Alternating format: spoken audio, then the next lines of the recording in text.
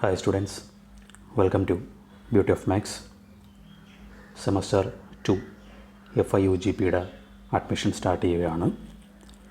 Admission start ചെയ്തിട്ടുണ്ട്. അതിൻ്റെ ഡീറ്റെയിൽസൊക്കെയാണ് നമ്മളിന്ന് പറയാൻ പോകുന്നത്. അതിനു മുമ്പ് സെം 1 ബന്ധപ്പെട്ട ഒന്ന് രണ്ട് കാര്യങ്ങൾ ഞാനൊന്ന് ഓർമ്മിപ്പിക്കുകയാണ്. അതായത് നമ്മുടെ സെമസ്റ്റർ 1 എക്സാമിനേഷൻ കഴിഞ്ഞു. എക്സാമിനേഷൻ പൊതുവേ എല്ലാ പേപ്പേഴ്സും മാത്സുമായിട്ട് റിലേറ്റ് ചെയ്ത് വരുന്ന എല്ലാ പേപ്പേഴ്സും വളരെ ഈസി ക്വസ്റ്റ്യൻസ് ആയിരുന്നു. അത്ര വലിയ ബുദ്ധിമുട്ടുള്ള ക്വസ്റ്റ്യൻസ് ഒന്നും ഉണ്ടായിരുന്നില്ല. എല്ലാം ഡയറക്റ്റ് ചോദ്യങ്ങളൊക്കെ തന്നെയാണ് എക്സാമിനേഷൻ ഉണ്ടായിരുന്നത്. അതുകൊണ്ട് എല്ലാവരും അത്യാവശ്യം നല്ല മാർക്കൊക്കെ സ്കോർ ചെയ്യും എന്ന് ഞാൻ വിശ്വസിക്കുന്നു. അതോടൊപ്പം തന്നെ നമ്മുടെ സെമസ്റ്റർ 1 എക്സാമിനേഷൻ്റെ വാല്യുവേഷൻ, പേപ്പർ വാല്യുവേഷൻ ഏകദേശമൊക്കെ കംപ്ലീറ്റ് ആയിട്ടുണ്ട്. വരുന്ന ആഴ്ചകളിലൊക്കെ റിസൾട്ട് വരാനുള്ള സാധ്യതയുണ്ട്. അന്നേരം റിസൾട്ട് വരും. റിസൾട്ട് എന്തു തന്നെ ആയാലും അത് പോസിറ്റീവ് സെൻസിൽ നിങ്ങൾ എടുക്കുക. റിസൾട്ട് എന്ന് പറഞ്ഞാൽ നിങ്ങൾ +2 കഴിഞ്ഞ് വന്ന കുട്ടികളാണ്. അന്നേരം അതിൻ്റെ +2ൻ്റേതായ രീതിയിലല്ല നമ്മുടെ ഡിഗ്രി വാല്യുവേഷനൊക്കെ വരുന്നത്. എഴുതുന്ന രീതികളുമൊക്കെ ഒരു സിസ്റ്റമാറ്റിക് ആയിട്ടുള്ള രീതിയിലാണ്. ഡിഗ്രിയൊക്കെ ആകുമ്പോഴത്തേക്ക് അതിൻ്റേതായ ഒരു രീതിയുണ്ട്. അന്നേരം അത്തരത്തിലുള്ള പോരായ്മകളൊക്കെ ഒരുപക്ഷെ +2 കഴിഞ്ഞ് വന്ന നിങ്ങൾക്ക് ഫസ്റ്റ് സെമസ്റ്ററിൽ എഴുതുമ്പോൾ ഉണ്ടാകാം. അതുകൊണ്ട് പ്രതീക്ഷിച്ച മാർക്കുകൾ ഒരുപക്ഷെ കിട്ടണമെന്നില്ല. മാർക്ക് കുറയാം, ചിലപ്പോൾ പരീക്ഷയ്ക്ക് ഫെയിലാകാം. അതൊക്കെ സർവ്വസാധാരണമാണ്. അതൊന്നുമല്ല നമ്മുടെ ജീവിതത്തിലെ അവസാന കാര്യമെന്ന് പറയുന്നത്. അതുകൊണ്ട് ഇനിയും നിങ്ങൾക്ക് അവസരങ്ങളുണ്ടാവും.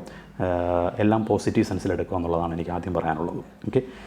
പിന്നെ അതുപോലെ തന്നെ യൂണിവേഴ്സിറ്റി എനിക്ക് തോന്നുന്നു പുതിയൊരു തീരുമാനത്തിലോട്ടൊക്കെ വരാനുള്ള സാധ്യതയുണ്ട്. അതായത് സെമസ്റ്റർ 1 റിസൾട്ട് വന്നതിന് ശേഷം ഏകദേശം ഒരു 45 ദിവസത്തിനകം നിങ്ങളുടെ ഈ സെമസ്റ്റർ 1 മാർക്ക് കുറഞ്ഞിട്ടുള്ളവർക്കും ഫെയിലായിട്ടുള്ളവർക്കും ഒരു ഇമ്പ്രൂവ് ചെയ്യാനുള്ള, അല്ലെങ്കിൽ അതൊന്ന് വീണ്ടും ഒന്ന് എഴുതാനായിട്ടുള്ളൊരു അവസരം കൂടി കൊണ്ടുവരാനുള്ള സാധ്യത കാണുന്നുണ്ട്. അങ്ങനെ അത് വരികയാണെങ്കിൽ നിങ്ങൾക്ക് ഈ 45 ദിവസത്തിനകം തന്നെ വീണ്ടും ഒന്നും കൂടെ എക്സാമിനേഷൻ നടത്തും. മുമ്പൊക്കെ ആണെങ്കിൽ 1 വർഷം കഴിയുമായിരുന്നു. ഇപ്പം ഇത്തരത്തിൽ നല്ലൊരു തീരുമാനമാണ് ഈ വന്നിരിക്കുന്നത്. കുട്ടികളെ സംബന്ധിച്ചിടത്തോളം മികച്ചൊരു തീരുമാനമാണ്. പിന്നെ അതിൻ്റെ പിറകിൽ ഒരുപാട് ബുദ്ധിമുട്ടുകളുണ്ട് എന്നുള്ളത് സത്യമാണ്. എന്നാലും നിങ്ങളെ സംബന്ധിച്ചിടത്തോളം അതൊരു നല്ല കാര്യമാണ്. കാര്യം 45 ദിവസത്തിനകം വീണ്ടും ഒരു എക്സാമിനേഷൻ നടത്തുമെന്ന് പറയുന്നത് നിങ്ങളുടെ വർഷങ്ങൾ നഷ്ടപ്പെടില്ല. ഓക്കെ. ആ ഒരു സെക്കൻഡ് സെമസ്റ്റർ ഏകദേശം പകുതിയോളം ആവുന്നതിന് മുമ്പ് തന്നെ നിങ്ങൾക്ക് ഫസ്റ്റ് സെമസ്റ്റർ നഷ്ടപ്പെട്ടവർക്ക് ക്ലിയർ ചെയ്യാനും അല്ലെങ്കിൽ ഇമ്പ്രൂവ് ചെയ്യണമെന്ന് ആഗ്രഹിക്കുന്നവർക്ക് ഇമ്പ്രൂവ് ചെയ്യാനൊക്കെ ഉള്ളൊരു അവസരം അതിലൂടെ കിട്ടും. അന്നേരം അത് മാക്സിമം നിങ്ങൾ യൂട്ടിലൈസ് ചെയ്യണം. ഇതിൻ്റെ റിസൾട്ട് എന്തോ ആയിക്കോട്ടെ. ഓക്കെ. റിസൾട്ട് എന്ത് തന്നെ സംഭവിച്ചാലും ഇപ്പം പരാജയപ്പെടുന്നവർ പരാജയപ്പെട്ടോട്ടെ, അന്ന് നിരാശരാക്കേണ്ട.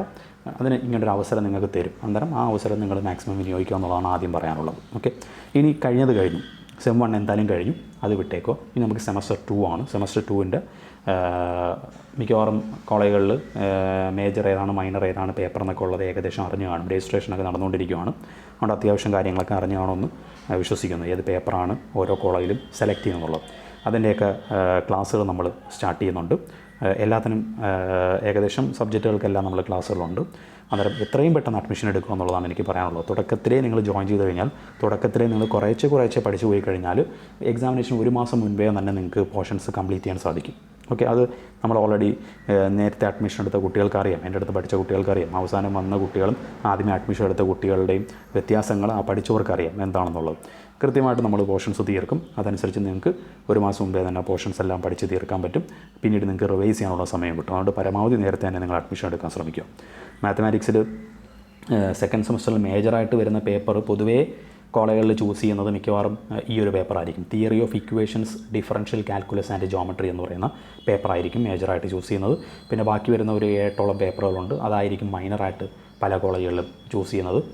ഒന്നെന്ന് പറയുന്നത് ഇൻ്റഗ്രേഷൻ ആൻഡ് മൾട്ടിവേരിയേറ്റ് കാൽക്കുലസ്, പിന്നൊന്ന് integration and applications of differentiation, പിന്നൊന്ന് ഇൻ്റഗ്രൽ കാൽക്കുലസ് ആൻഡ് വെക്ടേഴ്സ്, പിന്നൊന്ന് integral calculus and ordinary differential equations, പിന്നൊന്ന് applications of differentiation and ordinary differential equation, പിന്നൊന്ന് linear algebra and graph theory, പിന്നെ mathematics for social science, പിന്നൊന്ന് integral calculus and series, last one matrices and linear equations. ഈ matrices and linear equations എന്ന് പറയുന്നത് എനിക്കൊന്ന് സിലബസിലെ printing മിസ്റ്റേക്കാണ്. കാര്യം ഇതേ subject തന്നെ ഇതേ സിലബസ് കഴിഞ്ഞ സെമസ്റ്റർ 1 ഉണ്ടായിരുന്നു. അതെന്തോ മിസ്റ്റേക്ക് വന്ന് സംഭവിച്ചതാണ്. അതുകൊണ്ട് ആ ഒരു പേപ്പർ കാണാൻ സാധ്യതയില്ല. അതിന് പകരം ഒരുപക്ഷെ ചിലപ്പോൾ പുതിയൊരു പേപ്പർ ഇൻട്രൊഡ്യൂസ് ചെയ്തേക്കാം. ഇതുവരെ അത് കിട്ടിയിട്ടില്ല. അതുകൊണ്ട് ആ ഒരു പേപ്പർ ഒഴികെ ബാക്കി പേപ്പേഴ്സിൽ ഏതെങ്കിലുമൊക്കെ ആയിരിക്കും നിങ്ങളുടെ കോളേജിൽ ചൂസ് ചെയ്യുന്നത്. കൂടുതലും ഇൻറ്റഗ്രേഷനുമായിട്ട് ബന്ധപ്പെട്ട് വരുന്ന പേപ്പേഴ്സൊക്കെയാണ് വരുന്നത്. കാര്യം ഇൻറ്റഗ്രേഷൻ അത്രത്തോളം ഇമ്പോർട്ടൻസ് ഉണ്ട് മൈനർ എടുക്കുന്ന ആൾക്കാർക്ക്. ഓക്കെ, അതുകൊണ്ട് അതൊക്കെ നമ്മുടെ ക്ലാസ് അവൈലബിൾ ആണ്. അതുകൊണ്ട് എത്രയും പെട്ടെന്ന് തന്നെ ക്ലാസ്സിന് ജോയിൻ ചെയ്യുക. അതുപോലെ തന്നെ സ്റ്റാറ്റിസ്റ്റിക്സ് മൈനർ പേപ്പേഴ്സും നമ്മൾ ക്ലാസ് പ്രൊവൈഡ് ചെയ്യുന്നുണ്ട്.